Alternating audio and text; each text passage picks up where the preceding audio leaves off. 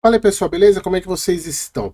Iniciando mais um acompanhamento mensal, falando sobre o PLCR, o Plural Recebíveis Imobiliários, mais um mês aí acompanhando este fundo. E antes de começar, aquele recadinho que eu tenho sempre pedido para vocês devem estar enjoados, mas vou continuar pedindo. Curtam, pessoal, me ajudem, curtam, vão em outros vídeos, curtam também, vocês vão me ajudar bastante ao YouTube entender que ele precisa distribuir meus vídeos, porque ele fica me passando as rasteiras aí, mas com vocês me ajudando eu tenho certeza que isso vai mudar. Beleza, pessoal? Então, bora para o relatório de abril do PLCR.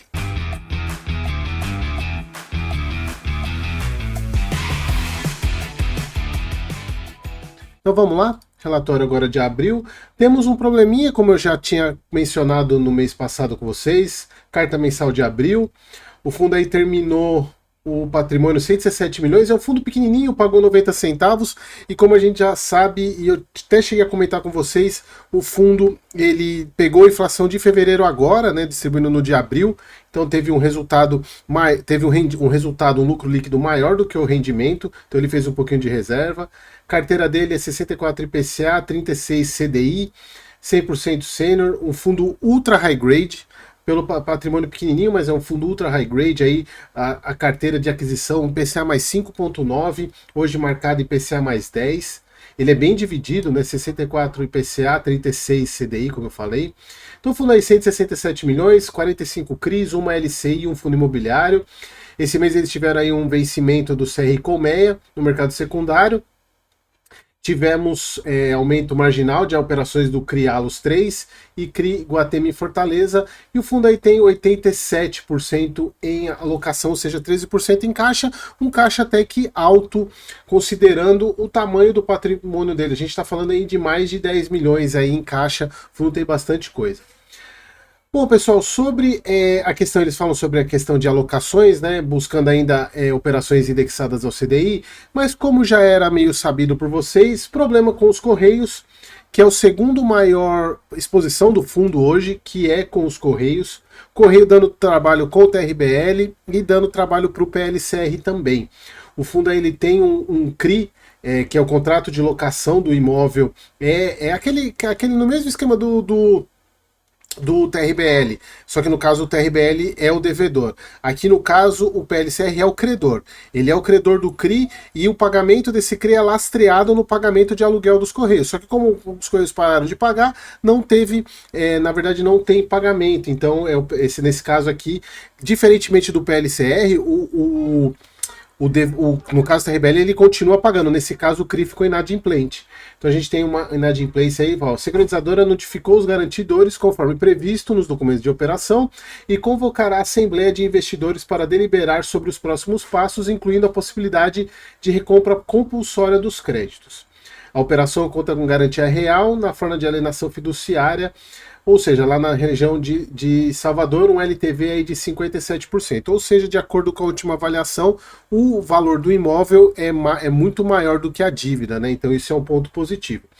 Então, pessoal, aquela questão, a gente sabe que os Correios estão passando problema, inclusive isso é uma notícia recente aí, que os Correios chamaram os próprios funcionários para ajudarem no rumo. É uma coisa de maluco, cara.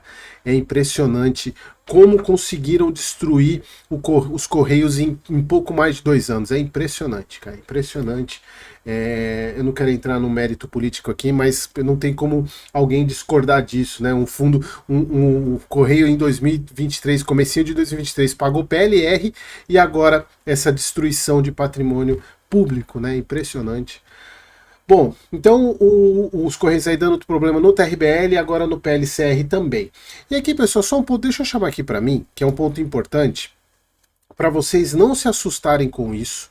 Isso em fundo de crédito, em fundo de CRI, em algum momento vai acontecer no fundo que você investe. Em todos os fundos de CRI, isso vai acontecer em algum momento que algum CRI fica inadimplente. Isso é super normal, ainda mais em fundos imobiliários que tem 20, 30, 40, 50 CRIs.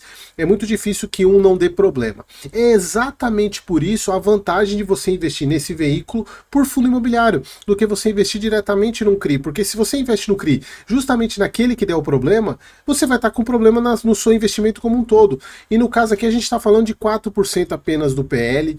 Eu acredito que isso está precificado no desconto desconto que o PLCR tem, então não vejo grandes problemas. É claro que é um devedor que teremos problemas. A gente tem que ver como é que vai ser nos próximos meses, como que a administradora vai tratar isso, ela vai marcar ele a zero, como é que a gente precisa acompanhar isso. Então o fundo distribui 90 centavos, o fundo encerra com quase 54% do PL indexado a IPCA, spread médio é IPCA mais 10, como a gente viu lá em cima, 2,27% em cima da NTNB e 30% ao CDI. Bom, a gente vê o resultado aqui do fundo, ele gerou 1,03, mais ou menos 1,03, 1,04 e pagou 90, muito em função, se a gente for pegar na linha aqui de correção monetária, foi o que veio maior aqui esse mês. Então o fundo fez mais reserva, aí ele juntou quase 20 centavos de... Não, 20 centavos, não, 13 centavos de reserva mais ou menos, para poder ir para os próximos meses ajudar. Eu não sei como que a composição, se eles só usam um mês, eles não explicam aqui como que é a apuração do resultado da correção monetária, se eles pegam 2 meses, pode ser, vamos ver no mês que vem, se a inflação ainda, se o resultado ainda vir alto, é porque ele está pegando março também, março e fevereiro, ou se aqui já é março e fevereiro, eu não sei responder, eu acredito que não, até pelo resultado do mês passado. Então vamos ver se mês que vem ainda vem um resultado maior, mas assim, o fundo vem super bem. Como a gente pode ver, ele pagou, na verdade ele pagou mesmo o dividendo do mês passado, né? Mantendo o rendimento aí de 90 centavos.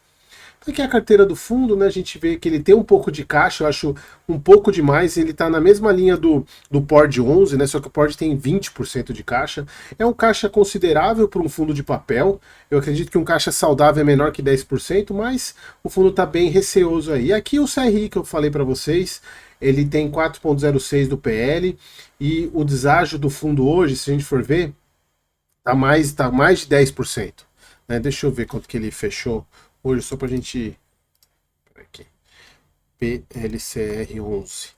81. Até, é a mesma coisa, 81,70, só para vocês verem aqui. 81,70, então tá um pouquinho mais de 10% de deságio. Então eu acredito que está precificado, inclusive, este problema dos Correios. Mas vamos aguardar, vamos ver aí para os próximos meses como é que o fundo vai lidar com isso. A administradora, principalmente, vai lidar com isso, se ela vai marcar a zero, ou vai reduzir, fazer um PDD, a gente não sabe. Temos que esperar. Beleza, pessoal? Então era isso. Espero que vocês tenham gostado e até o próximo vídeo.